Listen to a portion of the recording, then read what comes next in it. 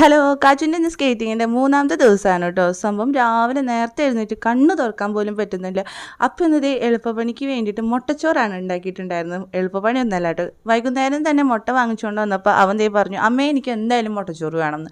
അപ്പോൾ ദേ മുട്ടച്ചോറാണ് ഉണ്ടാക്കുന്നത്. സംഭവം നല്ല ടേസ്റ്റുള്ളതാണ്. ഇതിൻ്റെ റെസിപ്പി എന്തായാലും ഞാൻ ഷെയർ ചെയ്യാം കേട്ടോ. അപ്പോൾ ദേ 2 പാത്രത്തിലായിട്ട് എനിക്കും അവനൊക്കെ ആയിട്ട് അതേ പാക്ക് ചെയ്യുന്നുണ്ട്. കുറച്ച് കൂടുതൽ എടുത്തിട്ടുണ്ട്, ആർക്കെങ്കിലും ആവശ്യം വന്നാലോ എന്ന് വിചാരിച്ചിട്ട്.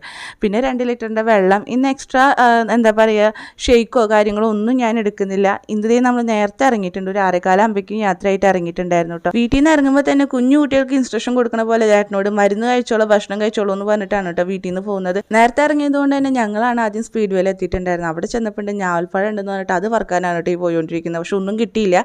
അപ്പോഴേക്കും കുറച്ച് കുട്ടികളൊക്കെ വന്ന് ഇതേ പ്രാക്ടീസും കാര്യങ്ങളൊക്കെ തുടങ്ങി. അതിനുശേഷം വീണ്ടും ഇതേ നിർമ്മൽ ജ്യോതിയിലേക്കാണ് പ്രാക്ടീസിന് വന്നിട്ടുള്ളത്.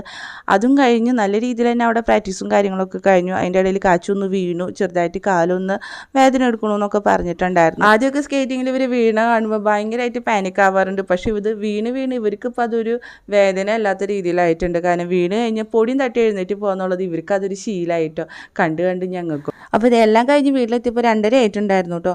അപ്പോൾ ഇന്നത്തെ വിശേഷം ഇത്രയുള്ളൂ. നിങ്ങൾക്ക് വീഡിയോ ഇഷ്ടമാവുന്നുണ്ടെങ്കിൽ സപ്പോർട്ട് ചെയ്യാനും സബ്സ്ക്രൈബ് ചെയ്യാനും ലൈക്ക് ചെയ്യാനും കമൻറ്റ് ചെയ്യാനും മറക്കരുത് കേട്ടോ. താങ്ക്